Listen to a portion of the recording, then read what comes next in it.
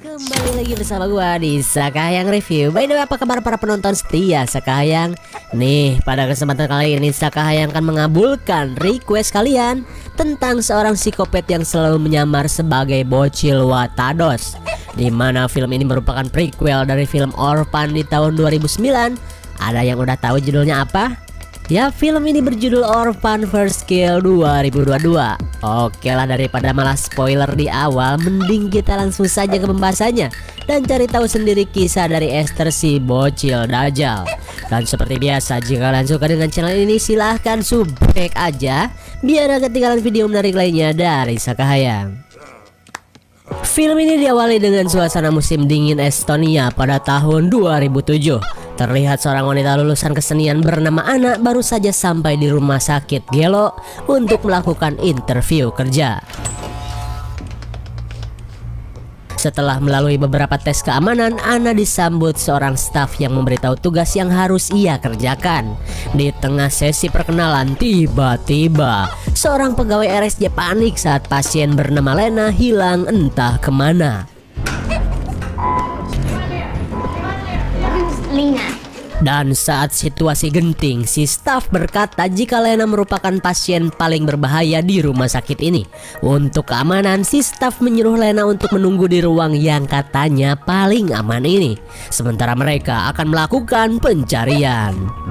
Di tengah lampu disko, tiba-tiba Anna melihat seorang bocil yang sedang asyik menggambar.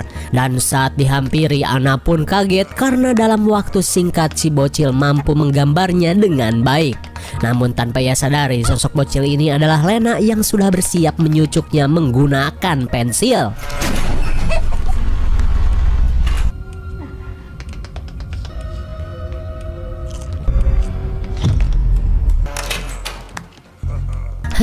Untung saja Lena keburu diamankan pihak rumah sakit Gelo. Singkat waktu, si staf pun memberitahu Anna tentang kelainan boncel yang ada pada tubuh Lena, di mana kelainan itu membuat tubuh Lena terlihat bak seorang bocil padahal usianya sudah 31 tahun. Dalam catatan, Lena sudah menipu banyak keluarga yang menganggapnya sebagai bocil untuk diadopsi. Namun hingga pada akhirnya keluarga itu pun habis dibantai di tangan Lena. Setelah mendengar hal itu, Anna pun terlihat was-was untuk menjalani pekerjaannya di rumah sakit ini. Di keesokan harinya, mau tak mau Anna pun bekerja di RSJ ini karena tunggakan pinjol yang terus menghantuinya. Ya, meskipun ada bocil palsu di ruangan ini.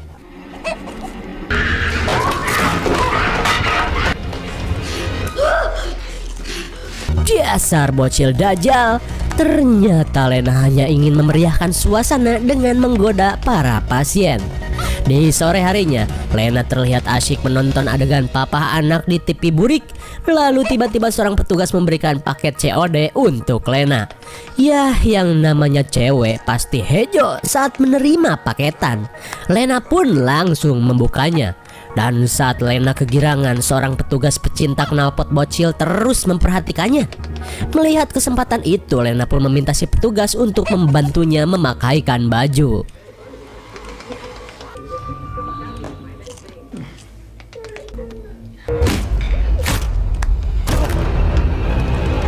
Niat hati membobok knalpot, si petugas malah mendapatkan migrain ekstrim sampai mokad.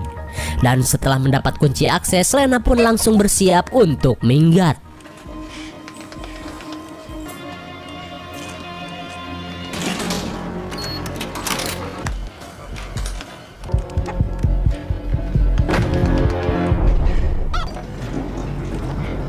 Namun saat di pintu utama, Lena dipergoki seorang petugas botak. Namun saat melihat pasien pecinta permen, Lena pun menyuruhnya untuk menyerang petugas. Tapi sebelum pergi, Lena pun menghapus rekaman CCTV untuk menghilangkan jejaknya. GG sekali. Di sisi lain, Anna sedang bersiap untuk pulang. Meskipun kaget, Anna langsung memastikan keadaan di dalam RSJ. Dan benar saja, RSJ sudah porak-poranda akibat kelakuan Lena yang memang sudah kabur. Hal itu pun jelas membuat Anna panik karena ia merasa sudah diincar oleh Lena. Singkat waktu, Ana pun sampai di kontrakan Mang Ojon. Namun sesaat sebelum ia masuk, tiba-tiba Ana kaget saat melihat bagasinya terbuka sendiri. Dirasa mobil kreditannya rusak, ia pun tak terlalu memperdulikannya.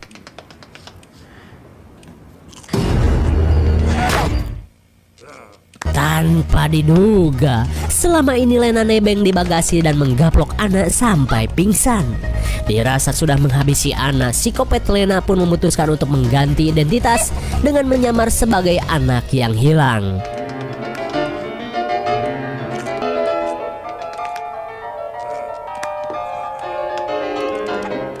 Hingga pada akhirnya, ia pun menemukan identitas seorang bocil yang hilang 4 tahun lalu, di mana bocil bernama Esther itu memiliki kemiripan dengan wajahnya.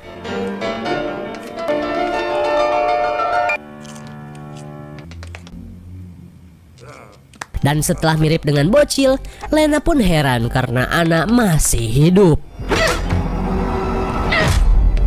Akhirnya, Ana pun benar-benar tewas dirujak kunci mobil.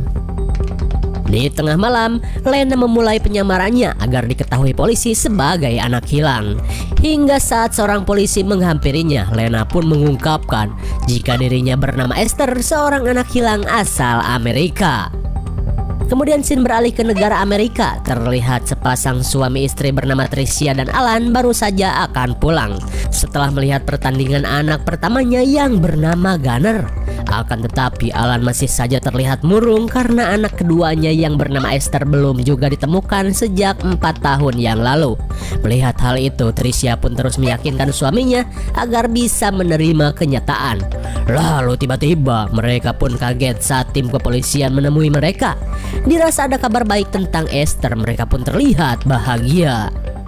Singkat waktu, kini Tricia pun sampai di kedubes Amrik di kota Moskow untuk menjemput Esther. Terlihat ia pun tidak bisa menahan rasa kangen setelah 4 tahun berpisah dengan Esther. Dan saat Tricia melihat Esther, ia pun seakan tidak percaya dengan apa yang ia lihat. Saat kebahagiaan menyelimuti sang ibu tanpa ia sadari jika anak ini adalah psikopat yang menyamar. Singkat cerita, Tricia pun langsung mengajak Esther pulang menggunakan jet. Kemudian Tricia pun menunjukkan beberapa foto anggota keluarganya untuk merefresh ingatan Esther. Namun saat Tricia menunjukkan foto si nenek, Esther pun malah berkata ingin bertemu dengannya. Jelas saja si ibu pun heran karena si nenek sudah meninggal 7 tahun yang lalu. Menyadari bacotannya blunder, Esther pun langsung pergi ke WC sambil membawa sebotol alkohol.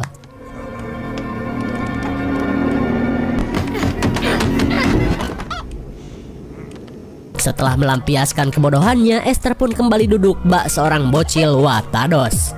Singkat waktu, akhirnya mereka pun sampai di Bandara Amrik. Dan sesaat sebelum menemui keluarganya, Tricia berniat merapikan penampilan Esther agar terlihat cantik. Tricia pun terlihat heran dengan tindakan Esther saat dirinya hanya ingin membetulkan penutup leher.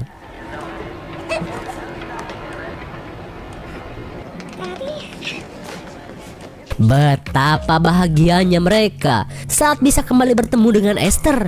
Dan kakaknya pun hanya bisa pelangak-pelongo seakan tidak percaya dengan apa yang ia lihat. Di tengah kebahagiaan, Alan pun segera mengajak anggota keluarganya untuk segera pulang.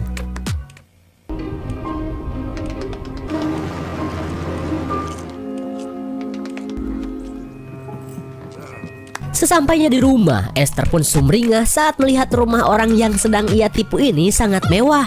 Kemudian Alan dan Tricia langsung mengantar Esther ke kamarnya untuk beristirahat. Dan setelah Tricia dan Alan pergi, Esther alias Lena pun begitu menikmati hidup barunya di rumah ini. Di keesokan harinya, Tricia mengajak Esther untuk menemui psikolog. Namun saat ia sedang menunggu, Esther mendengar percakapan si dokter bersama tim kepolisian yang dirasa mulai mencurigainya. Tak lama kemudian, Esther pun masuk ke ruangan si dokter dan langsung melakukan podcast singkat. Akan tetapi saat si dokter mulai bertanya, Esther terlihat tegang seakan merahasiakan sesuatu. Takut rahasianya terbongkar psikolog, Esther pun langsung mengalihkan perhatian pada seekor burung. Dok, burungnya bagus ya, mirip burung si bapak. Jelas saja hal itu membuat si dokter semakin heran. Kemudian secara bergantian si dokter meminta Tricia untuk masuk ke ruangannya. Takut penyamarannya akan terungkap, Esther yang kepo segera pergi ke ruang sebelah untuk menguping percakapan si dokter.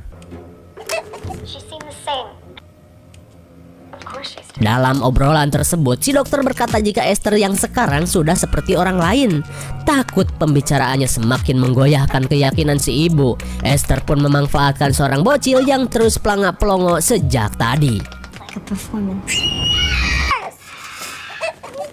Bagaikan artis FTP, Esther bersandiwara dibully si bocil. Malang sekali si bocil terfitnah. Kemudian Esther pun mengajak si ibu untuk langsung pulang. Namun saat ia sedang berjalan, Esther pun semakin panik saat ia menyadari Pak Polisi sedang mengawasinya. Singkat cerita, sesampainya di rumah, Alan mengajak Esther ke studio lukis miliknya untuk menunjukkan beberapa lukisan buatannya.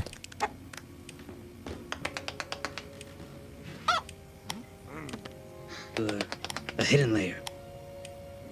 Oh, ternyata teknik lukisan Esther di Orphan 1 ia pelajari dari sosok Alan. Setelah melihat karya-karya tersebut, Esther meminta Alan untuk menjadi model lukisannya. Kemudian Alan mulai bergaya bak model obat penumbuh jenggot saat Esther akan melukisnya. Dan saat lukisan selesai, cepet banget ya, sontak Alan pun kagum dengan hasil sketsa anaknya ini. Di tengah kebahagiaan, Alan segera pergi menemui istrinya. Setelah itu, Esther yang mulai jatuh lope dengan ketampanan Alan mulai bertingkah aneh. Apakah sang ibu semakin curiga? Di malam harinya, Esther yang sedang sibuk ngepres tombol langsung panik saat si ibu masuk ke kamar. I'm sorry. Sontak Tricia pun heran kenapa Esther begitu panik saat ia mengambil buku hariannya. Saat makan malam, Esther pun mulai mencoba berbicara dengan suara yang sudah ia latih imut seperti bocil. Akan tetapi hal itu malah membuat si ibu curiga dan merasa ceringek dengan apa yang Esther ucapkan. Tak lama kemudian, Alan segera beranjak saat mendengar kedatangan seseorang. Oh, I'm sorry to interrupt dinner. Rupanya, petugas yang telah membantu mencari keberadaan Esther datang menemuinya. Melihat petugas tersebut, Esther yang ketakutan segera pergi ke belakang mengambil minum. Esther pun menguping saat si petugas yang bernama Don ini meminta Alan dan Tricia untuk datang ke kantor polisi esok hari karena Don tidak yakin dengan sosok Esther yang mereka temukan. Mendengar hal itu, Esther langsung memotong pembicaraan mereka. Dan saat Esther kembali, Tricia pun heran saat melihat gelas Esther masih kosong. Jelas saja hal itu membuat Don semakin mencurigainya. Saat malam semakin poek, Esther yang merasa penyamarannya akan terbongkar mulai berkemas sambil memaling harta milik keluarga ini.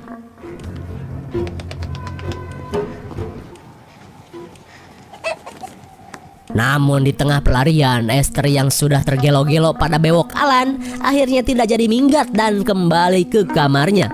Ia pun berencana bertahan beberapa hari lagi.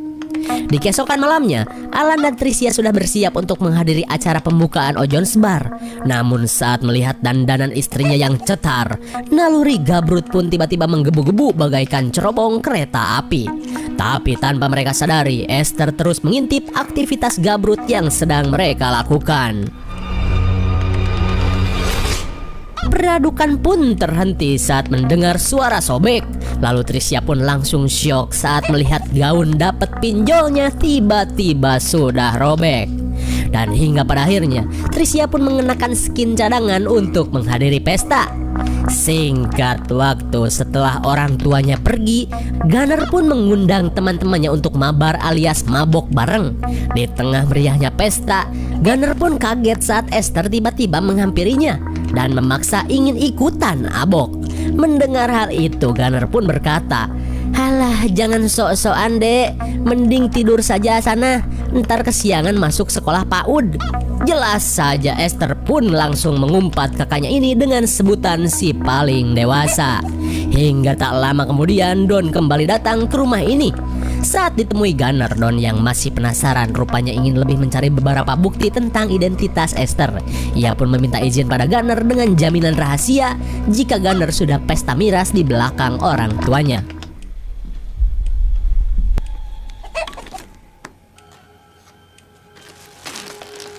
Setelah menemukan sidik jari Esther, Don pun segera pergi.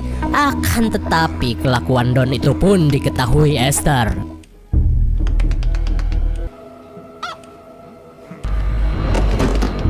Saat Don akan OTW, Esther pun bersiap melakukan sesuatu. Singkat waktu, saat Tricia sudah pulang, ia pun masuk ke kamar Esther. Menyadari Esther sedang di WC, Tricia pun langsung mengecek buku harian yang kelupaan ditinggal Esther.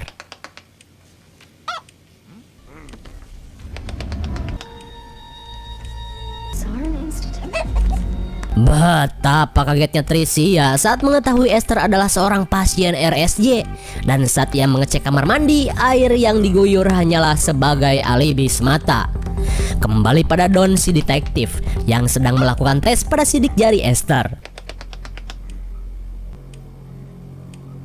Akhirnya, kecurigaan Don pun terbukti saat sidik jari Esther dulu yang asli tidak sama dengan Esther yang mereka temukan sekarang. Lalu di tengah kebingungan, tiba-tiba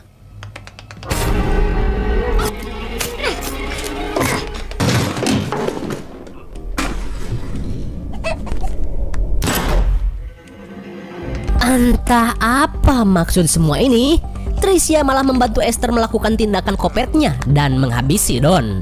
Setelah itu Tricia memaksa Esther untuk mengungkapkan identitas aslinya. Singkat waktu, setelah percakapan yang mereka lakukan, akhirnya Tricia tahu jika Esther adalah Lena si kopet yang kabur dari Rusia. Saat rahasianya terbongkar, Lena pun meminta Tricia untuk melepaskannya dan ia berjanji tidak akan kembali lagi. Tapi justru itulah masalahnya. Tricia tidak ingin melihat Alan kembali trauma akibat kehilangan Esther. Karena sebenarnya Esther yang asli sudah mati akibat Gunner yang doyan menganiaya Esther. Dan selama ini pula Tricia berusaha menyembunyikan rahasia itu dari Alan dan kepolisian agar si kakak tidak dipenjara.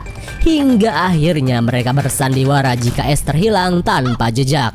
Lalu Tricia pun menawarkan sebuah kesepakatan dan meminta Lena untuk menggantikan posisi Esther sementara waktu.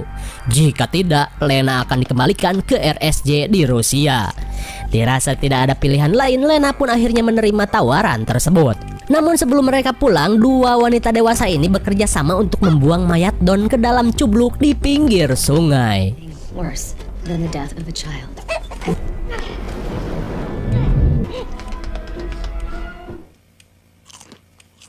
Singkat cerita, kali ini Tricia memberitahukan semuanya pada Gunner. Sontak Gunner pun panik mendengar hal mencengangkan itu. Ia pun khawatir jika suatu saat Lena alias Esther mulai mencelakai mereka. Gunner pun meminta si ibu secepatnya membuat rencana untuk melenyapkan Lena. Di keesokan harinya, Esther kembali dibawa untuk menemui psikolog. Tapi kali ini ia pun bisa menjawab semua pertanyaan dan mampu meyakinkan psikolog. Setelah mendapatkan les privat dari si ibu, terlihat si dokter pun senang karena merasa jika trauma Esther sudah sembuh. Singkat cerita, Tricia kini menyiapkan segala sesuatunya untuk Lena yang sudah diakui menjadi Esther. Esther to be broken. And that pink is... Let's give them a... Singkat waktu, tanpa Esther sadari, Tricia mencampurkan parahmen berdosis tinggi pada makanan Esther. Dan saat makan malam dimulai, Tricia pun meminta izin pada Alan jika esok hari ia akan mengajak Esther pergi ke suatu tempat. Merasa ada hal jahat yang sedang direncanakan Tricia, Esther pun segera pergi ke kamar sambil membawa makanannya. Kemudian Esther yang merasa makanannya telah diracun, langsung memberikan makanan tersebut pada si Jerry. Tapi tak lama kemudian Alan berusaha menghibur Esther dan mengajaknya melukis di studio.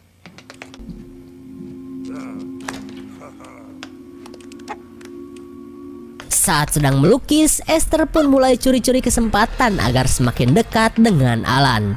Tapi di saat itu pula, Tricia pun panas dada saat Esther yang sebenarnya berusia 30 tahun terus-terusan mepet suaminya. Dan saat Alan pergi, Tricia yang cembokur menghampiri Esther dengan tenaga emak-emak. Dasar bondon telat dewasa, meski lu berusaha mepet si AA, tapi sampai kapanpun lu gak bakalan bisa merasakan ngilunya dibobok suami aing. Jelas saja, ucapan Tricia yang pedih membuat Esther sakit dada dan meratapi nasib dari kelainan boncel di tubuhnya.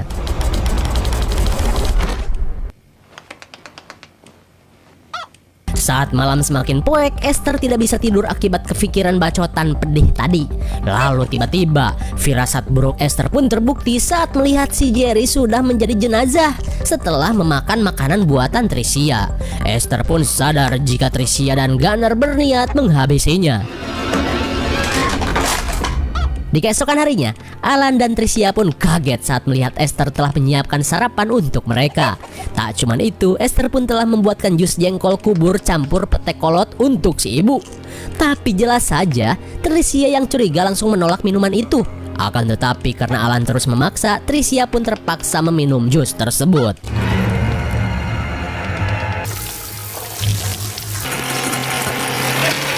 Betapa kagetnya Tricia saat melihat bangkai tikus dari dalam jusnya. Singkat cerita, kini Esther pun mengantar Alan yang akan pergi mengikuti pameran ke sebuah stasiun. Dan sebelum pergi, Alan meminta Esther untuk menunggu bersama kakak dan ibunya, sementara ia pengen beli Antimo biar gak berkumur nasi sewaktu perjalanan. Melihat Tricia dan Gunner berdiri di pinggir rel, Esther pun mendapat inspirasi untuk melancarkan aksi kopetnya.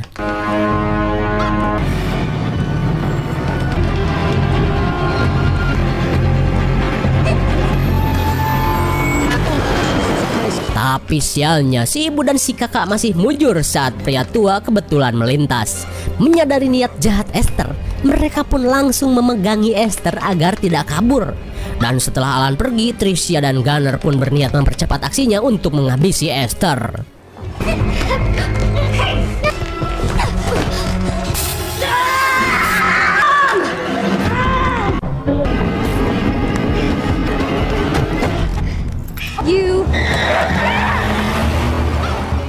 Akhirnya, Esther pun berhasil kabur dengan menggondol mobil milik mereka. Esther pun memutar musik tikotok agar lebih enjoy berkendara.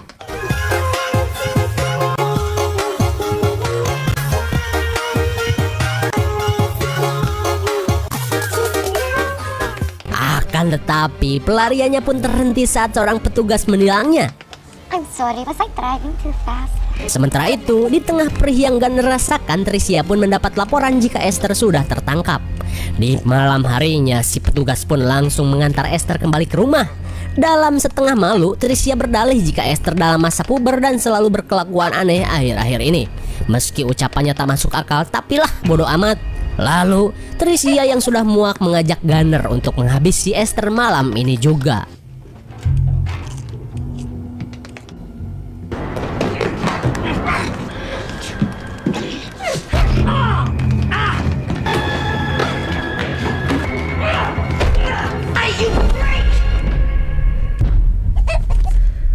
Melihat Esther yang terkapar, Gunner pun sedikit panik. Namun menurut si ibu, hal itu sudah cukup untuk membuat alibi kematian Esther. Namun saat si ibu membuat alibi, tiba-tiba Gunner memanggil ibunya. Lah kok hilang mah? Nggak tahu tuh saya cepet habisi. Dirasa Esther berumokan, Tricia pun menyuruh Gunner untuk menghabisi Esther. Sambil membawa pedang bancilot, Gunner pun mencari Esther di studio si ayah.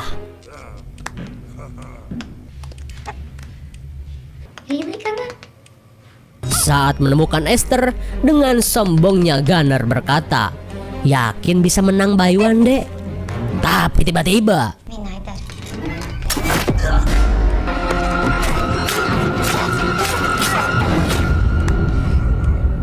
sambil dicucuk-cucuk, dalam hati Gunner berkata, ternyata sampai sini saja kisah hidupku di dunia.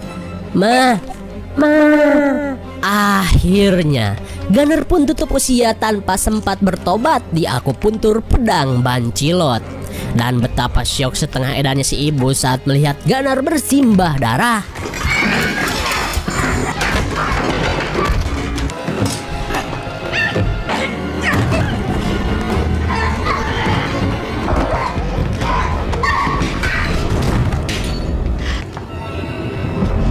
Dengan kekuatan kopet, Esther pun tiba-tiba hilang. Dengan amarah yang memuncak, Tricia pun langsung pergi menuntaskan adu mekaniknya. Akan tetapi, kobaran api dari kompor gas khusus orang kaya semakin membesar dan mulai membakar rumah.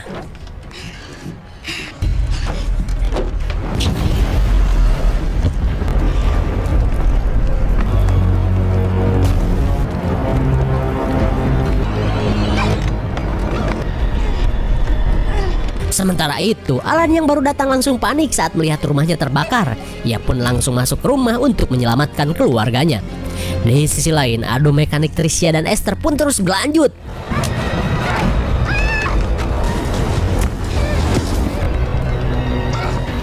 Di saat itu pula, Alan yang melihat Esther dan Tricia hampir jatuh berusaha menolongnya.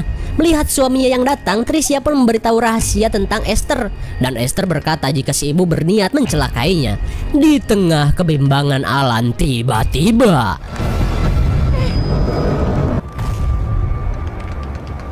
sial sekali, akhirnya Tricia pun jatuh sampai bocet. Setelah melihat kematian Tricia yang mengenaskan, Alan pun segera menolong Esther.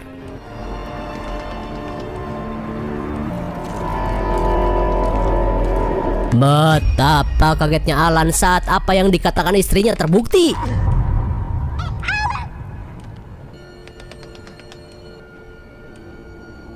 Hingga pada akhirnya Alan pun tewas setelah mengalami nasib sama seperti istrinya. Di tengah kobaran api, Esther masih sempat membersihkan noda darah dan langsung keluar dari rumah tersebut. There's the two of you, and when the gallant win, always have the blue. Singkat waktu, beberapa hari setelah kejadian tersebut, Esther pun mendapatkan penanganan dari psikolog setelah insiden mengerikan yang keluarganya alami. Si dokter pun berniat memasukkan Esther ke panti asuhan agar bisa diadopsi dan mempunyai keluarga baru. Dan kisahnya akan berlanjut di Orphan tahun 2009. Lalu, film pun sudah berakhir. Bagaimana? Sangat seru dan menegangkan, bukan? Bisa dibilang film ini adalah prequel dari kisah Orphan di tahun 2009. Dari film ini kita bisa lebih tahu jati diri dan kisah Lena alias Esther sebelum kisah Orphan tahun 2009. Dan bukan spoiler lagi ya, di film Orphan 2009 Esther akan diadopsi sepasang suami istri beranak dua untuk dijadikan keluarga. Tapi jelas saja kekopetannya terus berlanjut sampai Esther tutup usia. Sudah jelas ya? IMDb untuk film ini adalah 6,0 dan menurut saya yang cocok diberi nilai 7,0. Mungkin segini saja review dan pembahasan film Orphan vs Kill 2022. Jangan lupa like, share, dan subscribe supaya kalian tidak ketinggalan jika ada video menarik lainnya dari Sakayang. Thanks for watching and see you on next video. Bye bye.